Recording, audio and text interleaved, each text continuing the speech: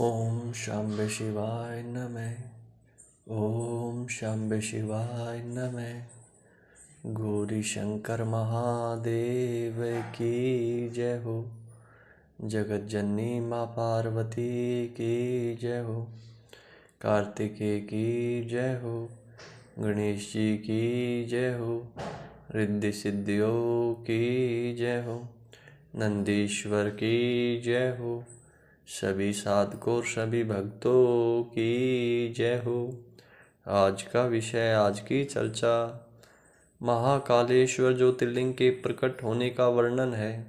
सभी साधक और भक्त विषय को, चर्चा को बहुत ध्यान से सुने। बहुत ही परमानंददायक सत्संग है। शिव जी को प्रिय परम पुण्य ने संसार को पवित्र करने वाली तथा समस्त प्राणियों को मुक्ति देने वाली मनोहर अवंती नामक एक प्रसिद्ध नगरी है।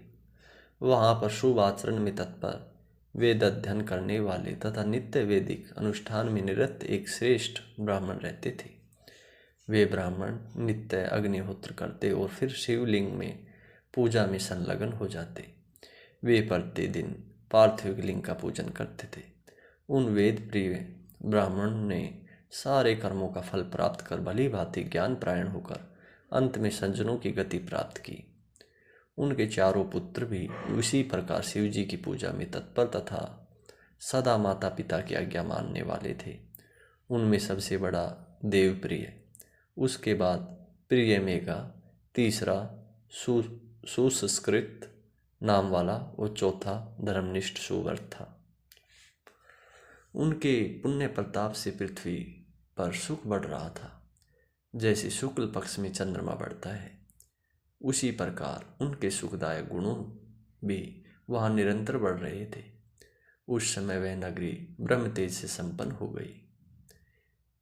हे द्विजों, इसी बीच वहाँ जो उत्तम घटना हुई उसे सुनिए।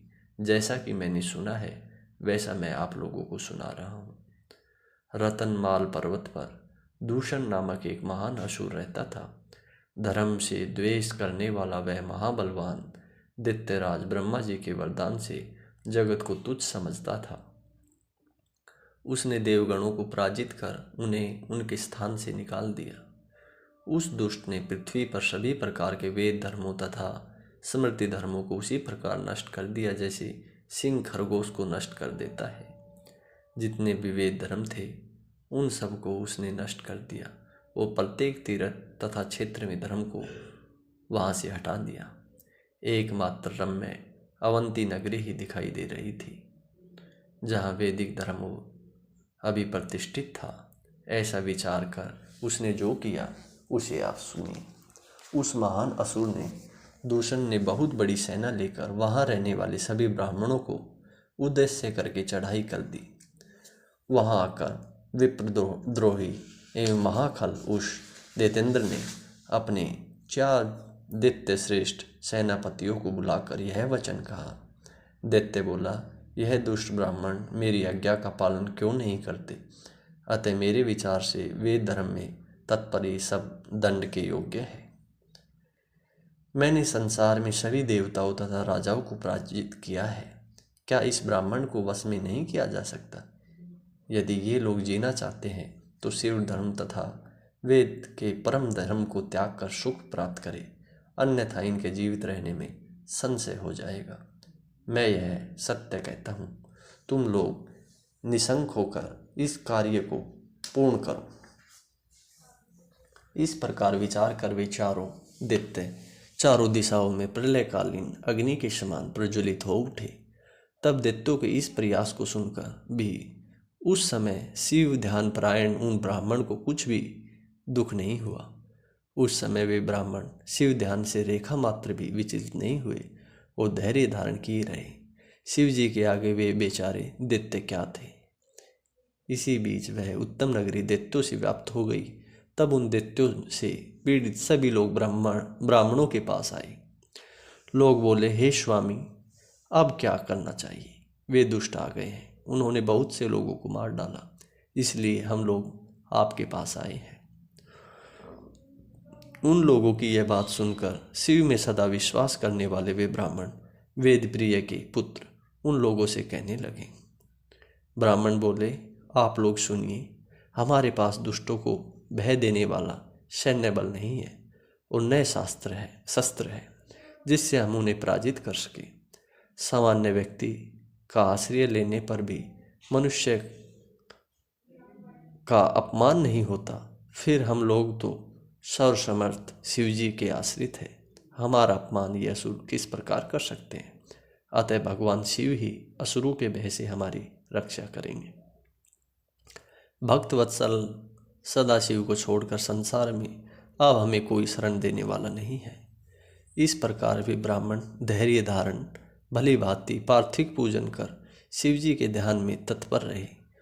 उसी समय उस बलवान दूषण दैत्य ने उन ब्राह्मणों को देखा और यह वचन कहा, इनको मारो, इनका वध करो।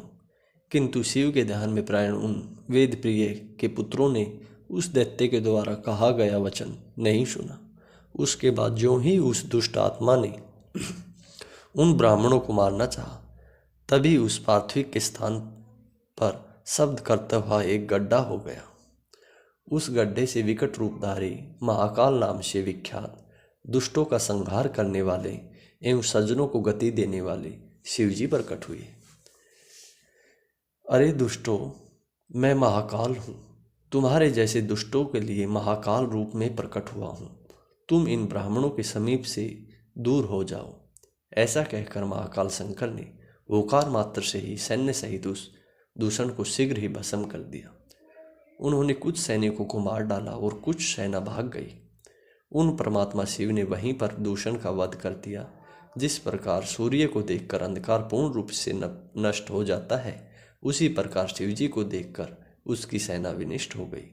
उस समय देवताओं को की दुवंदियाँ बजने लगी, फूलों की वर्षा होने लगी। ब्रह्मा विष्णु आदि सभी देवता वहां पर उपस्थित हो गए।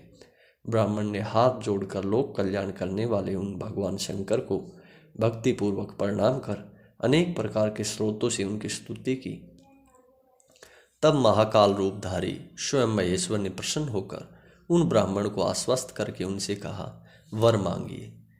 तब यह सुनकर वे सभी ब्राह्मण हाथ जोड़कर सिर झुकाकर भक्तिपूर्वक शिव जी को प्रणाम करके कहने लगे। द्विज बोले, हे महाकाल, हे महादेव, दुष्टों को दंड देने वाले प्रभु, हे शंभो, हे शिव, आप हमें संसार सागर से मुक्ति दीजिए। हे शिव, हे शंभो, हे प्रभु, आप संसार की रक्षा के लिए यहीं पर निवास करें और अपने दर्शन करने वाले मनुष्यों का आप सदा उद्धार कीजिए।